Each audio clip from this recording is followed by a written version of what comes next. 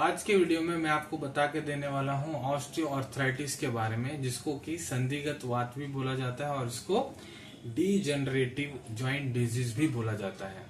तो आज के वीडियो में जानेंगे ऑस्टियोआर्थराइटिस क्या होता है, ये होने का कारण क्या होता है, जिन रोगियों को होता है उनमें क्या लक्षण होता है, जब आप डॉक्टर के पास जाते हैं डॉक्टर इस कंडीशन में आपको क्या क्या टेस्ट करवाने को बोलते हैं, इसका एलोपैथिक आयुर्वेदिक ट्रीटमेंट क्या है, इसमें पथ्य अपथ्य क्या होता है, पूरी संपूर्ण जानकारी मैं आपको इस वीडियो में देने वाला हूं। वीडियो को शुरू से लेकर अंत तक जरूर देखें।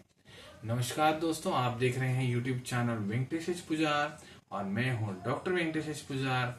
आइए आज की वीडियो को शुरू करते हैं। तो देखिए ऑस्टियोआर्थराइटिस क्या होता है। देखिए आपकी जो बॉडी है, बॉडी में बहुत सारी बोन्स हड्डियां होती हैं। तो हड्डियों के जो लोअर पार्ट होता है वहां पे कुछ प्रोटेक्टिव टिश्यूज होती हैं जो कि समय के साथ साथ घिस जाती हैं, वियर एंड टेयर की वजह से घिस जाती हैं।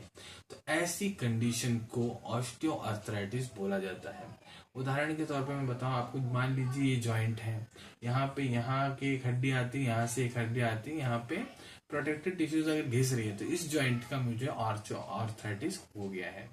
तो अब बात करेंगे इसके होने के प्रमुख कारण क्या होते हैं। तो देखिए इसके कारण जो है प्राइमरी सेकेंडरी होते हैं। प्राइमरी में देखिए एज रिलेटेड कारण से आपको ऑस्टियोआर्थराइटिस हो सकता है। यदि आपकी उम्र बढ़ती जा रही है, आप 60 के ऊपर हो गए हैं, तो एज रिलेटेड ऑस्टियोआर्थराइटिस भी आपको होता है। दूसरा, इसमें अननोन कॉज होता है, कभी कभी कारण पता नहीं लग पाता है, उस वजह से भी आपको ऑस्टियोआर्थराइटिस हो सकता है। इडियोपैथिक कॉज होता है। अगला है सेकेंडरी कॉजेस। सेकेंडरी कॉजेस में जो क्या होता है, आपको कुछ डिजीज होता है, उस वजह से आपको ये समस्या होती है, जो मैं आपको कुछ पढ़ के बता देता हूं। जैसे कि है पैगेट डिजीज। इसमें क्या होता है, ओल्ड बोन टिश्यूज जो होती हैं वो न्यू बोन टिश्यू से रिप्लेस नहीं हो पाती हैं, तो ऐसे में आपको ऑस्टियोआर्थराइटिस हो जाता है। यदि आपकी बोन्स हड्डियों में कोई इन्फेक्शन हुआ है तो आपको ये समस्या हो सकती है। यदि आपके बोन्स में कोई डिफॉर्मिटी है, मतलब हड्डियां मुड़ी हुई हैं या फिर हड्डियों की कोई आपको पहले से ही समस्या है, तो आपको ये समस्या हो सकती है। यदि आप इंजरी हो गई है, आप कोई एक्सीडेंट हो गया है, खेलते खेलते गिर गए हैं, वहां पे आपको चोट आ गई है, उस वजह से वहां पे टाइम के साथ साथ हो सकता है। या फिर आप कोई जो जॉइंट है बहुत यूज कर रहे हो, मान लीजिए कोई बॉलर है तो कंधा बहुत यूज करते हैं वो लोग, और यहाँ वाला पुश करने के लिए यूज करते हैं, तो उनको यहाँ पे और कंधे में ऑस्टियोआर्थराइटिस हो सकता है, क्योंकि बहुत ज्यादा यूज करते हैं। वैसे ही अगर कोई खड़े होके काम कर रहा है तो उसके घुटने में प्रॉब्लम आ सकती है, तो उसको नी का ऑस्टियोआर्थराइटिस हो सकता है। वैसे ही पुलिस वाले जो लोग रहते हैं, पाँव में हैवी शूज वगैरह डालते हैं, तो उनको पाँव का नीचे ऑस्टियोआर्थराइटिस हो सकता है। इसी तरह जो मोटे लोग हैं, ओबेस लोग हैं, उनका वेट बहुत ज्यादा, उनकी बॉडी उसको सह नहीं पा रही है, तो उस वजह से भी पाँव में ऑस्टियोआर्थराइटिस हो सकता है।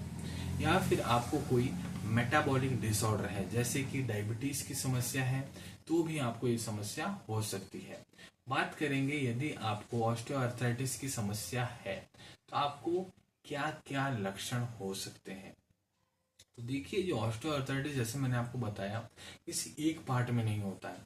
आपको यहाँ भी हो सकता है, यहाँ भी हो सकता है, यहाँ भी हो सकता है, यहाँ भी हो सकता है। आपका जो हिप जॉइंट है वहां भी हो सकता है, घुटनों में हो सकता है, नीचे हो सकता है। तो जहां भी आपको ऑस्टियोआर्थराइटिस हो रहा है वहां पर आपको बहुत ज्यादा दर्द होता है, वहां पे सूजन आ जाती है, वहां पे स्टिफनेस हो जाता है, जॉइंट स्टिफ हो जाता है। जॉइंट की जो फ्लेक्सिबिलिटी होती है मूव करने की, जैसे इसकी फ्लेक्सिबिलिटी है, स्ट्रेच होना, ये फ्लेक्सिबिलिटी चली जाती है, ज्यादा नहीं कर पाते आप मूव। उसी तरह घुटने का हो गया, फ्लेक्सिबिलिटी चली जाती है, बहुत विपरीत, बहुत ज्यादा सीवियर वहां पे दर्द होता है। ये होता है लक्षण ऑस्टियोआर्थराइटिस में। अब बात करेंगे, यदि आप ये सब लक्षण लेके डॉक्टर के पास जाते हैं तो डॉक्टर आपको ऐसे में कौन से टेस्ट करने को बोलते हैं। देखिए सबसे पहला है कॉमन टेस्ट, एक्सरे करने को बोलते हैं। जिस पार्ट में आपको ऑस्टियोआर्थराइटिस की समस्या डॉक्टर को लग रही हुई है वहां पे आपको एक्सरे करने को बोला जाता है, एपीलैटरल व्यू। या फिर डॉक्टर उससे संतुष्ट नहीं है तो आपको सीटी स्कैन, एमआरआई के लिए भी बोला जाता है, ताकि वहाँ कार्टिलेजिस में क्या समस्या है डॉक्टर वो देखें। तो वो सीटी स्कैन और एमआरआई में ही दिखते हैं, तो वो आपको करवाने को बोला जाता है। बात करेंगे अब इसके ट्रीटमेंट एस्पेक्ट के बारे में कि एलोपैथी में पहले बात करेंगे कि डॉक्टर जनरली इसमें आपको क्या देते हैं। एलोपैथी में देखिए आपको NSAIDs non steroidal anti inflammatory drug, जिसको कि सामान्य भाषा में दर्द निवारक टैबलेट, पेन किलर टैबलेट बोला जाता है, या फिर PPI टैबलेट, गैस्ट्रिक की टैबलेट दे सकते हैं, स्टेरॉइड की टैबलेट देते हैं, या फिर दर्द की कोई इंजेक्शन देते हैं, स्टेरॉइड की इंजेक्शन देते हैं, जेल वगैरह दे देते हैं लोकल एप्लीकेशन के लिए। आयुर्वेदिक एस्पेक्ट की बात करें तो देखिए इसमें डॉक्टर पहले आपको अच्छे से एग्जामिन करते हैं। उसके बाद आपको पहले तो शोधन कराया जाता है। शोधन मतलब पंचकर्म थेरेपी कराई जाती है। आपकी बॉडी का एग्जामिनेशन करके आपको कौन सा शोधन कर्म कराना चाहिए डॉक्टर देखते हैं। उसके बाद यदि आपको घुटनों में दर्द हो रहा है वहां पर जानु बस्ती दी जाती है, या फिर कमर में दर्द हो रहा है कटी बस्ती, इस हिसाब से जहां पे आपको दर्द हो रहा है उस हिसाब से डॉक्टर आपको देख के पंचकर्मा थेरेपी सजेस्ट करते हैं। उसके बाद आपको शमन औषधि दी जाती है, मतलब इंटरनल मेडिसिन दी जाती हैं, जिसमें टैबलेट्स आता है, काढ़ा, कषाय आता है। उसके बाद एक्सटर्नल एप्लीकेशंस के लिए आपको कुछ ऑयल्स वगैरह दी जाती हैं, पेस्ट वगैरह दी जाती हैं। तो ये सब जो आप लगाते हैं तो कई हद तक जो आपकी समस्या है ठीक हो जाती है। बात करेंगे यदि आपको ऑस्टियोआर्थराइटिस की समस्या है तो इसके लिए डज और डोंट्स क्या है, पथ्य अपथ्य क्या है। पहले हम बात करेंगे पथ्य के बारे में। तो देखिए ऑस्टियोआर्थराइटिस की यदि आपको समस्या है, सबसे पहले तो आपको आपका वेट कम करना है। यदि आप ओबेस हैं तो आपका वेट कम कीजिए, वेट मैनेजमेंट कीजिए, अच्छे से एक्सरसाइज करनी है। एक्सरसाइज के बाद यदि डॉक्टर ने आपको फिजियोथेरेपी सजेस्ट किया है, फिजियोथेरेपी कीजिए। नहीं तो डेली आप योगा, प्राणायाम, आसन वगैरह कीजिए, जिससे जॉइंट्स की जो फ्लेक्सिबिलिटी बनी रहे। अपथ्य की बात करेंगे कि इसमें क्या नहीं करना है। आपको ऑयली फूड नहीं खाना, ज्यादा तला हुआ चीज नहीं खाना है, और आपको वातवर्धक आहार नहीं खाना है, मतलब रुक्ष आहार नहीं खाना है। और वातवर्धक आहार में जैसे कि दालें आ जाती हैं बहुत सारी, तो ये सब आपको नहीं खाना। और जो वातवर्धक आहार क्या होता है डिटेल में आपको एक कमेंट सेक्शन में डाल देता हूँ, वहां पे जाके देख सकते हैं। तो आशा करता हूँ ऑस्टियोआर्थराइटिस के बारे में जितनी जानकारी मैंने आपको इस वीडियो में समझाई है सब आपको अच्छे से समझ में आ गया होगा।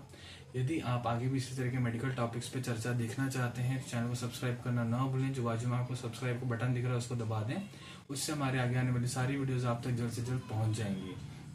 वीडियो आपको पसंद आया है लाइक का बटन दबाएं और इसको आप ज्यादा से ज्यादा अपने दोस्तों के साथ शेयर करें, या फिर जिनको इस वीडियो की जरूरत है उनके साथ आप इसको शेयर कर सकते हैं। मिलेंगे आप सभी से अगले वीडियो में कुछ नए विषय के साथ। टिल देन टेक केयर, धन्यवाद।